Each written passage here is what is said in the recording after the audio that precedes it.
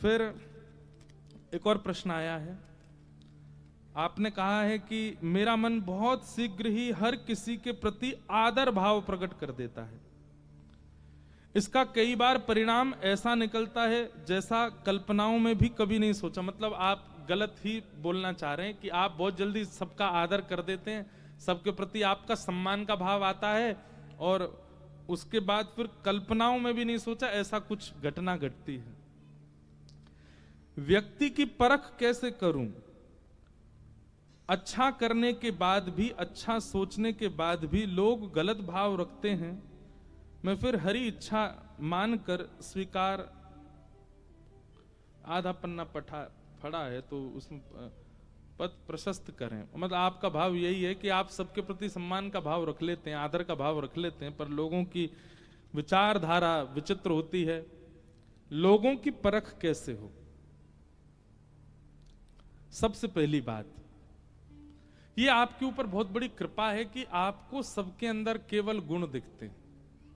ये बहुत बड़ी कृपा है। ये मानव का स्वभाव नहीं है, ये दैव स्वभाव है कि आपको सबके अंदर गुण दिखता है। ठाकुर जी का ये स्वभाव है, गुरु का ये स्वभाव है, सब में गुण देखना। और राक्षसों का स्वभाव क्या? राम जी में भी अवगुण देखना। ये राक्षस का स्वभाव। जिन राम जी को देख करके पत्थर भी पिघल रहे थे, उन राम जी को देख करके रावण तब भी यही सोच रहा है, ये बनवासी राम मेरा क्या बिगाड़ेगा। उसको वहां पे भी दोष ही दिख रहा है। तो इसका मतलब क्या है? गुण दर्शन करना ये भगवत कृपा है। परंतु कई बार गुण देख करके आप उसका बहुत सम्मान कर देते हैं तो फिर उसका गलत भाव अपनाना आपके जीवन में आ जाता है। तो उसके लिए क्या करें?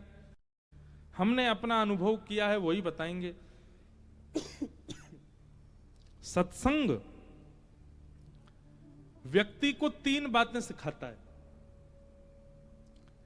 आंख पढ़ना, नेत्रम, वक्त्रम और विकारेण।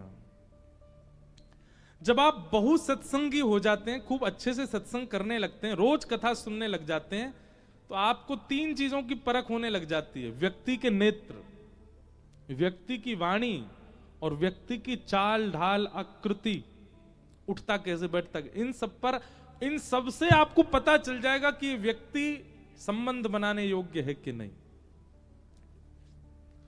याद रखिएगा, दोष नहीं देखना है, अवगुण नहीं देखना है, पर हां कितना सामीप्य बनाना है, यह सत्संग आपको सिखा देगा।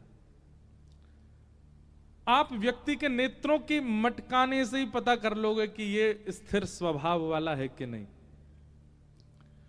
उसकी आंखें पलकें कितनी बार झपकती हैं, उसी से ही अनुभव होने लग जाएगा कि इसका स्थिर मन है कि नहीं।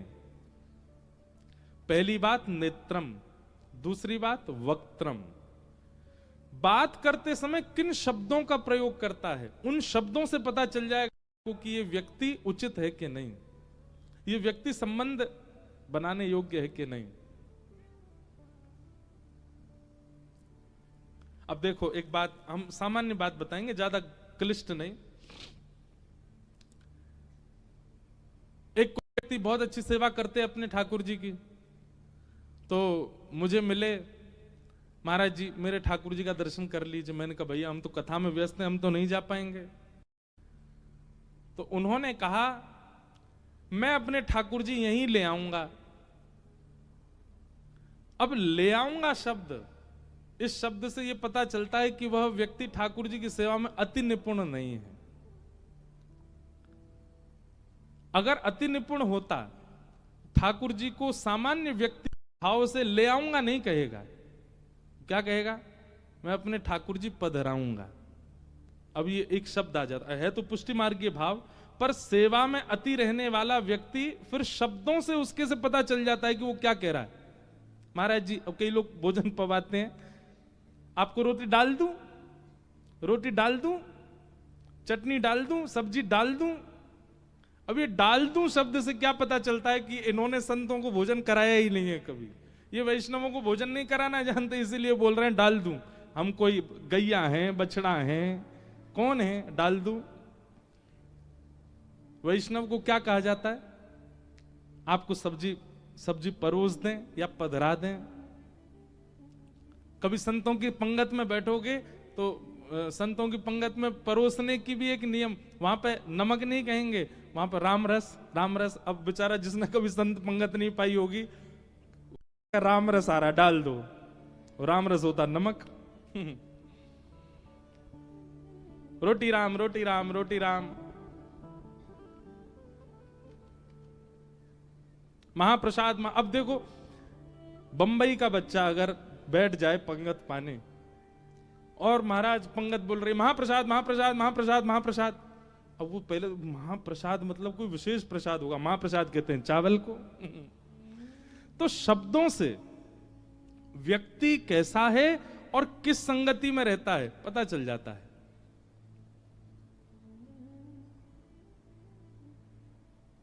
महाराज जी अपन लोगों को ना अपन शब्द आती पता चल जाती कहां बैठते हो। अपन लोगों, ऐसे कई लोगों के शब्दों से उसका वातावरण पता चल जाता, पर कब? जब आप सत्संगी होगे तब। वो कहां किस शब्द का प्रयोग करता है, किस शब्द को बोलता है। तो पहली बात व्यक्ति की परख होती है उसके नेत्रों से।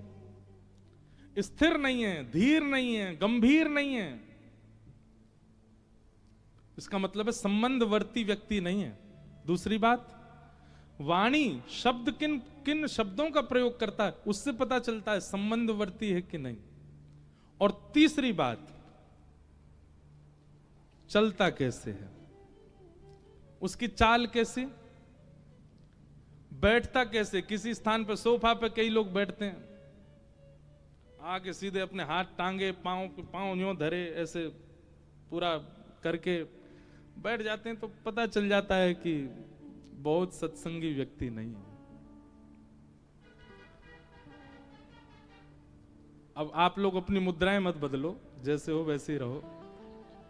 कई लोग बेचारे धीमे धीमे हाथ सीधा कर रहे हैं, पैर नीचे कर रहे हैं, ये सब मत करो। आप जैसे हो वैसे ही रहो।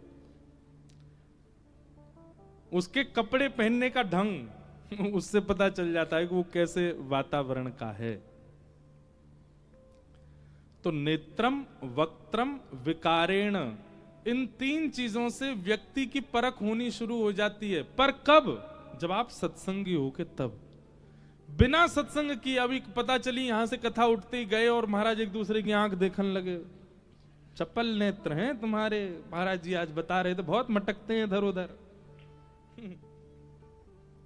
देखो तुम कैसे शब्द का प्रयोग कर रहे हो, देखो तुम बिस्तर पे आके कैसे औंधे लेट को, महाराज जी बोल रहे थे विकार से पता चलता है व्यक्ति कैसा है। ये सब अभी परखने मत लग जाना। कम से कम अपने कानों को पहले बहु सत्संग प्रदान करो। जब अधिक मात्रा में आप सत्संग करने लग जाएंगे तो ये करना नहीं पड़ेगा आपको जबरदस्ती देखना नहीं। आपकी पहली झलक पड़ते ही व्यक्ति की आपको इतना पता चल जाएगा कि ये अति संबंध बनाने योग्य है कि नहीं। हाँ, आप देखोगे उसमें भी गुण अच्छा है, भले ही कुछ भी हो पर ये गुण इनमें है। पर हाँ, मुझे इनसे कितनी दूरी रखनी है ये आपको अनुभव हो जाएगा।